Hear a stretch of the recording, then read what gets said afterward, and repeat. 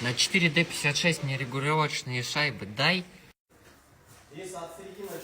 Ну на тебе шайбу. Только ты ей ничего не отрегулируешь.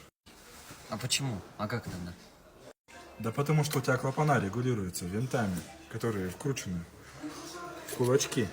Смотри, вот так вот делаешь, поднимаешь, опускаешь, регулируешь, насколько тебе надо. А пятаками это регулируется на 2,8, на булке, на делике. Сохрани и отправь другу.